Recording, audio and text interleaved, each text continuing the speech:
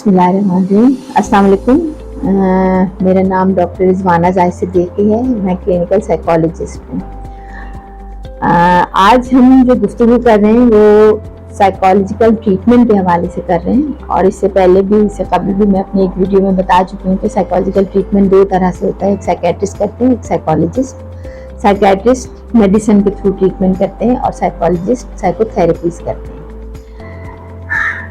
آج کے دور میں سائیکو تھیراپی کی جو امپورٹنس ہے اس کو میرے خیال میں آپ سب ریئلائز کر سکتے ہیں کہ جو آج کل کا ماحول ہے بہت زیادہ انتشار کا, مقابلے کا, اور ایک دوسرے کے ساتھ کمپٹیشن بہت زیادہ ہے.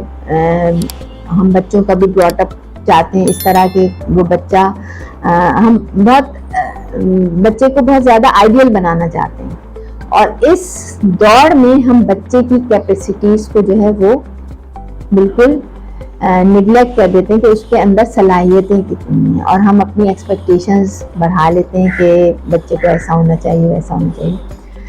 تو ٹریٹمنٹ کے حوالے سے اس کے علاوہ بہت سارے سماجی مسائل ہمارے معاشرے میں جنم لے رہے ہیں, جس میں ڈیورس ہے, بچوں کی تربیت ہے, موبائل کا استعمال ہے.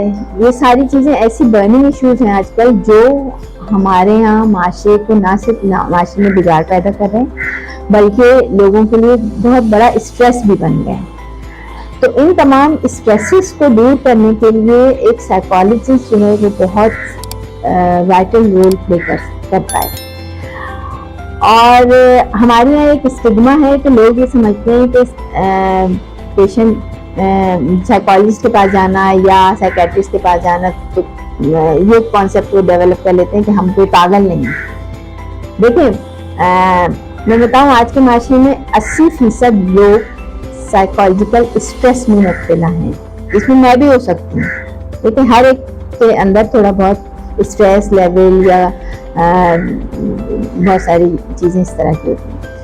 تو ہمیں اپنی مینٹل لیول کو یا مینٹل ہیلتھ کو مینٹین رکھنے کے لیے سائیکالوجسٹ کی ضرورت پڑتی ہے. جس طرح ہم دوسرے میڈیکل ٹریٹمنٹ کرواتے ہیں, ہمیں کہیں زخم ہو گیا, چوٹ لگ گئی, کہیں پین ہو رہا ہے, تو ہم ڈاکٹر کے پاس جاتے ہیں فوراً ریلیف حاصل کرنے کے لیے. یہاں پہ بھی ایک مسئلہ یہ ہوتا ہے کہ ہم جب اسٹریسڈ ہوتے ہیں, اوور لوڈ ہو رہے ہیں, ورک لوڈ زیادہ ہے, یا ہسبینڈ وائف لڑائی ہو گئی, کلیش ہو رہا ہے, آپ کا بچہ موبائل بہت زیادہ یوز کر رہا ہے, راتوں کو جاگ رہا ہے اور دن بھر سوتا رہتا ہے, تو یہ ساری چیزیں جو ہیں یہ گریجولی ہمارے معاشرے میں ڈیولپ ہو رہی ہیں اور بڑھتی چلی جا رہی ہیں. اور یہ ایک نارمل فینومینا نہیں ہے کہ آپ پوری رات جاگیں. اللہ تعالیٰ نے جو ایک نیچرل لائف ہمیں دی ہے, اگر ہم اس نیچر سے ہٹ جاتے ہیں تو ہماری لائف ڈسٹرب ہوتی ہے ہر حال میں. جو بھی ریلیشن شپ کا اگر پرابلم ہے, ہسبینڈ وائف ریلیشن شپ, وہاں پہ بھی کچھ چیزیں ایسی ہوتی ہیں جو نیچرل انوائرمنٹ سے ہٹی ہوئی ہوتی ہیں. اب ان کو ٹھیک کیسے کیا جائے؟ بچہ اگر ایکسیسو یوز آف موبائل ہے, ہر معاملے میں موبائل یوز کر رہا ہے, اس کو ٹھیک کیسے کیا جائے؟